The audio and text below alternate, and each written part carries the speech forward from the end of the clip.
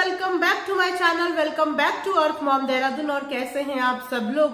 I hope कि आप सब लोग अपने अपने घरों में ठीक ठाक सही सलामत होंगे और ठंड से जरूर बच रहे होंगे।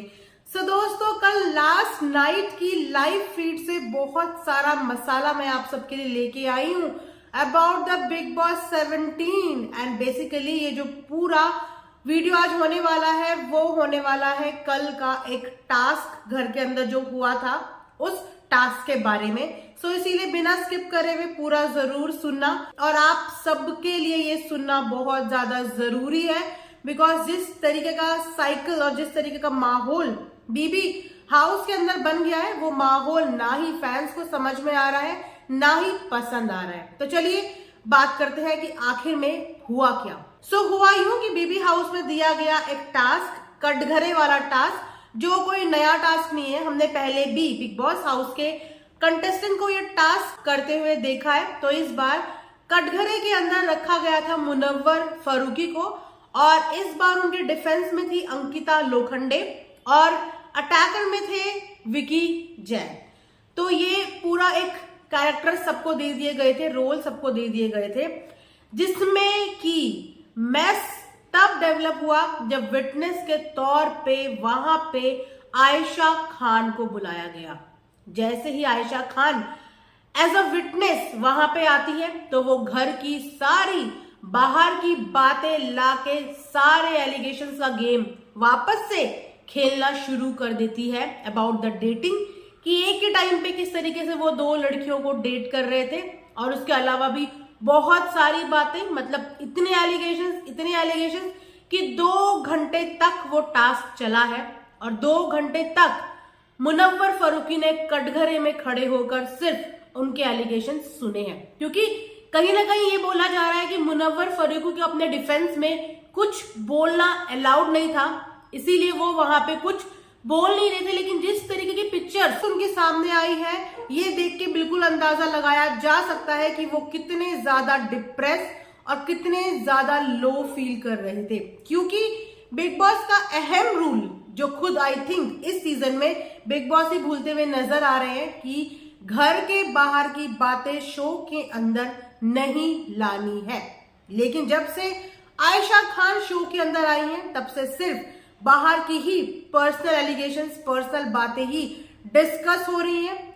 ऊपर से जब उन्होंने इतना ज्यादा ह्यूमिलेट करना शुरू कर दिया, एलिगेशंस, ब्लेम गेम लगाना शुरू कर दिया, तो बिग बॉस को ही बीच में उनको रोकना पड़ा और जाके अपनी सीट पे बैठने को बोला गया।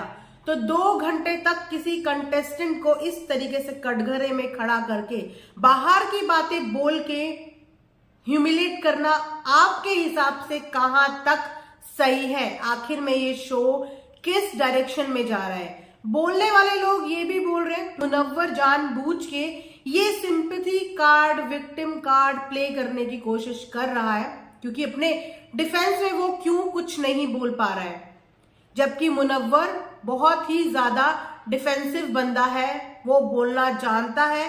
तो मुनव्वर क्यों अपने डिफेंस में कुछ नहीं बोल रहे हैं? क्यों उस लड़की को इतना ज्यादा बोलना अलाउ किया है? तो वहां पे खबर ये आ रही है क्योंकि कटघरे में खड़े हुए मुनव्वर को शायद बिग बॉस ने अपना डिफेंड करने से, अपने आप को डिफेंस करने से मना किया था। लेकिन जो भी एलिगेशन आयशा यहाँ पे लगा रही है उसके बाद आके बोलती है कि मैं पटाने आई हूं, तो आखिर में आयशा के दिमाग में गेम प्लान चल क्या रहा है? क्योंकि इतनी सारी बातें सुनने के बावजूद भी मुनव्वर हमेशा आयशा के करीब ही नजर आए हैं। अभी इतने दिनों से वो कहीं ना कहीं उसके साथ अपने टर्म्स ठीक करने की कोशिश करते हुए नजर आए हैं, लेकिन वहीं पे आयशा को जब जब जहां जहां मौका मिल रहा है आयशा पर्सनल अटैक करने से रुक नहीं रही है। तो जब 2 घंटे के बाद टास्क खत्म हुआ तो मुनव्वर जाके बहुत अपसेट और लो फील करने लगे। देन अंकिता और विकी मुनव्वर के पास गए। अंकिता ने मुनव्वर को गले से लगाया और मुनव्वर रोने लगे।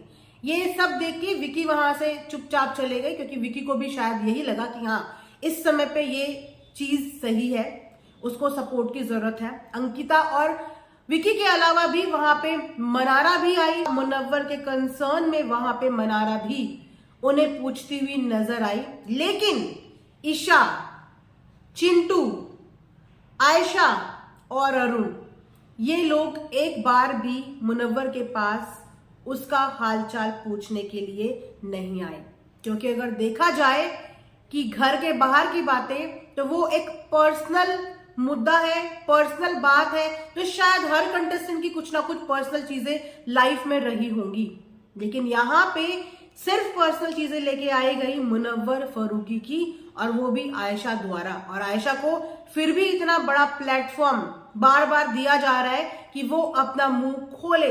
तो आखिर में मेकर्स के दिमाग में चल क्या रहा है मुनव्वर को लेके, या मुनव्वर क्यों अपने लिए कुछ भी स्टैंड नहीं ले रहे हैं? क्या वाकई में मुनव्वर जो है वो हथियार डाल चुके हैं, यानी अपनी गलती मान चुके हैं? लेकिन अगर गलती मान भी ली तो यहाँ पे कोई भी पर्सनल मुद्दे डिस्कस करने के लिए घर के अंदर नहीं आया है।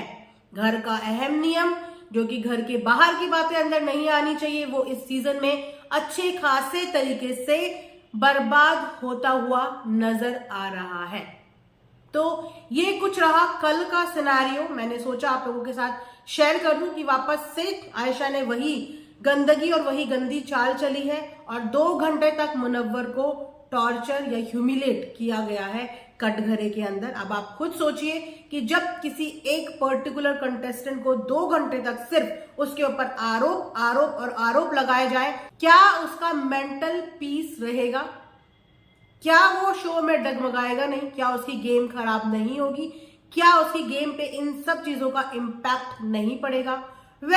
आगे की अपडेट्स के लिए चैनल को जरूर सब्सक्राइब करें, और वीडियो पसंद आई तो लाइक जरूर करें। अभी के लिए फिलहाल इतना ही। नेक्स्ट वीडियो में आप सबके लिए न्यू अपडेट्स लेके आऊंगी। Till then take care and thanks for watching Earth Mom Dehradun.